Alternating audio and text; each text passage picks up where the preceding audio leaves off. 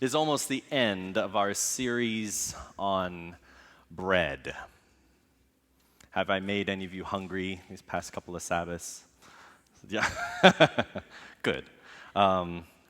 It's almost the end of this series, and the focus is that Jesus is the bread of life. That he's the bread that we eat, and we are nourished, and we are satisfied. We can eat all sorts of other things in this world, but they'll leave us hungry. They'll leave us malnutritioned. The word's gone. But we can eat Jesus and we can be satisfied. But we also need time to digest this spiritual food. We need to digest this. So otherwise, it just goes straight through us. And we're like the hard-packed soil where the seed gets in and it just springs up and it doesn't actually, it gets baked by the sun and doesn't produce any fruit. We want to be filled with Jesus. We want to be nourished by him, and we want to be able to go out and do things with that energy, with that spiritual power that we're given. And so it was reduced down to enjoy it, digest it, and work it off. Pretty simple, right? Enjoy it, digest it, work it off. And there's lots of ways to do each one of those, and we're going to talk a bit about that. But will you pray with me as we begin? God, thank you for giving us your Son. Thank you that he's so accessible. And thank you for the nourishment that we get from him and from your word. Thank you. Amen. On the screens, you will see Proverbs chapter 9. It's the psalm it's a proverb that we sang, that we prayed through this morning. It's a proverb that is pretty unique to the book, that is pretty unique to Scripture, because Proverbs is a book of wisdom collected together over lifetimes, put together for us to enjoy, to learn from, and to apply to our lives and live good, full, happy lives. So Proverbs 9, the author is very creative in personifying wisdom as a beautiful woman. He says that wisdom is something so precious that it's like a woman who is out in the streets and calling out to the people to come and get wisdom. And we'll read what it has to say here in Proverbs 9, 1 through 6. Wisdom has built her house. She has hewn her 7 pillars. She has slaughtered her beasts. She has mixed her wine. She has also set her table. She has sent out her young women to call from the highest places in the town. Whoever is simple, let him turn in here. To him who lacks sense, she says, come. Eat of my bread and drink of my wine I have mixed. Leave your simple ways and live and walk in the way of insight. It's a beautiful picture that is painted here. Can you imagine walking into that banquet that wisdom herself has prepared for us? She sets this table, and it's long and with many chairs for many people to sit at. And as you walk in, you begin, as the door opens, you're hit with that smell of all that delicious food. And as you get closer to the table, you can see the different platters and plates and bowls and cups with all this banquet that is prepared for you to enjoy. There's crackers with dips and spreads and all kinds of delicious things, goodies to go on top, right? And then there's salads with little crunchy things all mixed in there, and it's just waiting for you. And then you look a little bit further down, and there's cheese breads with garlic. Yeah, with garlic, lots of garlic. You won't be talking to anyone after the banquet, but lots of garlic, and then some creamy tomato soup that you dip the cheese bread in. Just Wonderful. And then there's platters of breaded meats and delicious quiches and steaming soufflés, all in intricate bowls, all across the table, with big spoons, and it's just waiting for you to dish it up and put it on your plate. And then, if there happens to be any room left in your entire body, a large roll, a large sticky roll with butter and sugar on top, with some hot tea and some cold sorbet to wash it all down. You hungry? As a pastor, I get the privilege of eating with many of you. If I haven't yet, soon. I get to sit down, and whether it's across the table at a Mexican restaurant, or whether it's down in Koreatown grabbing something from one of the places you don't know what you're ordering, or whether it's at Denny's, something as simple as that, or if it's just over a table in the kitchen and the meal is being put together as you sit and talk. Each time is special. And it's delicious because of the people that you're with. But there is a right way to feast, and there are wrong ways to feast. And that's what I'd like to talk to you about today. I'm not just talking about food. I'm talking about spiritual nourishment that you get when you digest, when you enjoy these things that are so close to you, you can touch it. When you talk about the things that God is doing in your life, when you're reading Scripture together and studying it, digging deeper, and when you share about the things that you've been thinking about, the hard things and the easy things and the fun things and the imaginative, nobody has an answer to things, and you do that with somebody else, that's a special time. But there's a right way to do it, and there are many wrong ways to do that. So first of all, you have to eat better.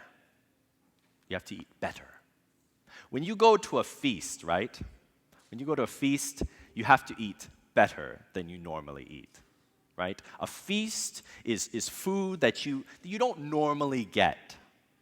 I went to a buffet with one of my friends, and we all got our plates, and then we went back to the table, and she saw what I had put on my plate, and I had some potatoes. They were just like steamed potatoes or something, and she actually reached over and took them off my plate, and she said, "This was expensive. Don't waste your stomach space on that," you know. and then so I had to go up and get different food. But it was delicious. All these other things. Don't fill up on junk. Don't fill up on common stuff. Don't fill up on stuff that will just fill your stomach and keep you from enjoying the flavorful, valuable delicacies that God has to offer. There's lots of things. Don't fill up on the junk that you're used to when you're spending time with Him. That's why Sabbath, it's a special time that you can spend with people that share your faith, that you can digest things with and spend this time together. There's also, so you have to eat better. No junk. Fill up on Jesus. He will satisfy. He will satisfy. And then there's also the concept of eating better requires that you don't eat too much, right? Jesus is wonderful. But too much, I just can't breathe anymore. And you sit there, you've all felt that, right? You go to some buffet and you fill it up to here, and you just go, boy, what can I do to get some of this down a little more?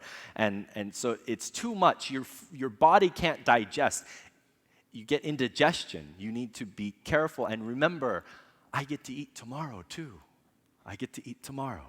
So you eat, you digest, and you walk it off.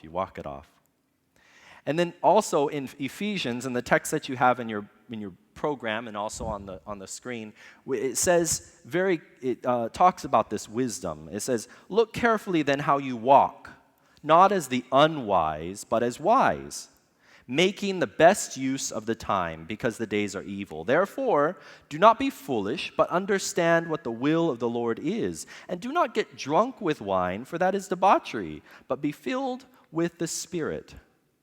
Do not get drunk with wine.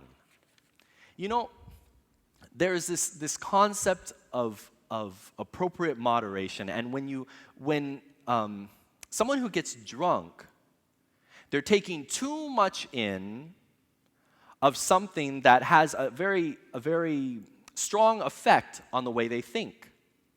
So literally, not just in the spiritual realm, but literally, when you take in too much alcohol, you are giving up your ability to have wisdom in that moment. In the decisions that you make, so you have to choose, do I want wisdom in this moment to be control of what's going on or how I'm thinking and the decisions that I'm making? Or am I going to give that up so I can be drunk? So I can be free from wisdom and I can just do whatever else. And there's consequences to that. In the spiritual world, we can take in the Spirit. That doesn't make us drunk, but we can be filled instead by the Spirit. Something that Paul plays with there in Ephesians. So eat better, like Ephesians explains. No junk and not too much, just right, so you're satisfied. Jesus always satisfies. And then after better, we eat together. Together is something special, and we need to learn to be together when we eat. The table is a time for unity. It's this rare time in the week when we're actually together as a group, whether as a family or as friends. It doesn't happen very often during the day. You don't eat every single meal together because you've got other things to do. But when you are together, you need to cherish that time. It's a very special time to spend together. And in that space of eating together, you have to learn to sit by people that you normally wouldn't sit by. Some people maybe that rub you the wrong way, that kind of irritate you a little bit or a lot. People that you have something seriously against, that have offended you in the past, that you have a history with. This is very personal. I had a very rare lunch this week with two people who I'm close to that they are not close together. They are not close with each other. Can I just be kind of vague there? Their history is complicated. Okay? Enough said. You understand? So these two people, who I love very much, randomly called me up. Hey, we're both in the Hollywood area. We're going to get lunch together. And we're wondering if you want to eat with us too. Okay. So I hung up the phone, prayed as I got in the car, prayed as I drove down Santa Monica, prayed as I finally got to the restaurant, and we had a great time. I had a great time with them. They had a great time with each other. They shared about their lives. They talked about what was going on. They complimented each other, foreign to my ears from their mouths, and just nice things. And they spent this time together, and when we were done, we hugged, we took a picture, and we left. That was it. There was no yelling. We didn't get kicked out. We just left. It was a nice time. It was one of those weird moments that you find yourself in, and you have to kind of pinch your leg to just make sure that it's real, that it's really going on. You don't remember what you ate because everything you're focused on is what's going on in front of you. And it was amazing. It's something that only God can do, for people to put aside their differences, to put aside the past, and to focus on each other, because genuinely care about each other, no matter what the differences are. They care about each other, and they're wanting to eat together. Whew. Now, sometimes people bring to the table. Table's a very sacred space. It's a sacred space because it's so rare to spend together, and nothing belongs there that's critical. That's nothing is. It's an insult to the chef that spent their time slaving over this food. It's an insult to the food itself that is probably so delicious for you to then bring something to the table like criticism or a grudge or frustration and anger. And then to bring that to table, to bring these things like bitterness or an iPhone to the table, it's wrong. And so you sit around this table with these people that maybe you like and maybe you don't, but we're together and you spend this time together, and it's valuable. It needs to be guarded. And because if criticism is there, then it makes the food taste bad, even if the food is so delicious. So we eat better, we eat together, and we need to have manners. Is this wisdom that I'm giving you? Yes. Talking about food, but is this not wisdom? Yeah, okay. So we need to eat with manners. We need to be polite. Politeness is something that has become so overburdened that we think, why do we have to put the napkin on our lap? Why do we have? I don't know. It's so heavy. It's so laborious. But these are for good reasons. Nobody wants to see the stuff on your napkin, so you put it on your lap. Make sense? So you keep it down, but you have to, if for instance, if somebody else is talking, these are things that you learn, you listen. If somebody else is talking at the table, you listen. It's about being polite. You listen. If somebody burps, because things happen, right? Spiritually things happen, socially things happen, and eatingly things happen.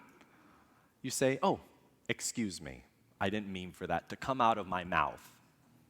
If you get my illustration. If something is on your face, you take your napkin, wipe it off, so nobody else has to look at it. Is that nice? If there is something on somebody else's face, then you go, sure. Other side, right? You don't want to embarrass them, but you want to tell them you got something on your face. You should probably get that off. So all of these things are manners that we use when eating together, when talking together about spiritual things. These are manners that we use. And these manners do not prevent people from coming to the table, right? Amen? Okay. These manners don't prevent people from coming to the table. The very act of coming to the table is good enough. Everyone is welcome to eat together. And as you're eating together, you begin to pick up on clues like, oh, I'm supposed to say please and thank you. I'm not supposed to reach across the table and eat somebody else's food. These are things that we learn when we are together in a community, when we're eating together. It's a very special time that we have together. And people that don't understand these manners, not to criticize, please pass the potatoes, and I hate your loud rock music. Would you also hand me the salt? It's just not polite. And you learn that as you have this conversation. Because if they never get to come to the table, they'll never learn how to eat with other people. Okay, I was going to pastor that moment, but leave it to you. If we we're not supposed to bring criticism to the table. And we are not to bring conflict and bring up divisive issues around the dinner table because it's such a valuable space. When we do this, you don't do something that's dangerous because of practical and safe reasons. One, there are knives in the place sitting around the table. There are knives there. And we know that the Bible is sharper than any two-edged sword, right? And so if you take your knife and you're eating at the table, and you take your knife, and instead of using it on the food to help you digest, you start using it on the people around you, it draws blood. And I know that very few people will come back to a table to enjoy if they've bled there before at your hand. No matter how good the food is, no matter how delicious. The table is a training ground for eternity. It teaches us how to live with each other, how to eat, how to communicate, despite the differences that we have with each other. It's a time where we can share and we can understand. And so you might say, well, if I can't do this with other people, then what can I talk about? You can talk about yourself. You can share what's going on in your life. You can talk about how you understand an issue, something that's going on with you. And unless somebody else brings it up and says, what do you think about this? You let them eat their own food. It's a time when there's peace and there is safety if you want to come back to the table. So you need to eat better, you need to eat together, you need to eat with manners, and you need to eat often. I've got this group of friends. It's not a group, it's individual friends who I connect with on a very regular basis. One of my friends I talk with every week. He's in Australia, but we talk every single week about what's going on in our lives. Our relationship with God, how's that going? Our relationship with other people. And I ask him and he asks me to keep each other accountable for the goals that we've set for ourselves. This is very valuable time because I'm processing my life against his own. And he's doing the same. And this interchange makes us both more valuable people to the people in our lives. I've gotten so much sermon content from him. I'll just tell you that. I have another friend that we talk about once a month, and we digest the things that he's working with as a chaplain in the military. What is he exposed to in his world of ministry, and what's going on in mine, and we're able to help each other and support each other in that way. I have another friend who's struggling right now with doubt, with his faith, and we're able to talk on deep issues, and it's a safe space because he knows that I care about him and he cares about me, and we can talk openly about things without worrying that will offend each other. When we can share that time, and it is so valuable to me that when I don't have it, I have emotional, spiritual reactions against it. It's like going without food. Oh, I forgot to eat today. No wonder I'm so cranky. It's something that we meet with regularly. If you don't have someone who you meet with on a regular basis, who you're connected with, and you share these things with, we're going to be having a relationship, a friendship seminar coming up in a couple of weeks. It'll be after church, and I'll be leading it, teaching you how to develop the friendships that you already have and how to make new ones. Friendships don't just happen.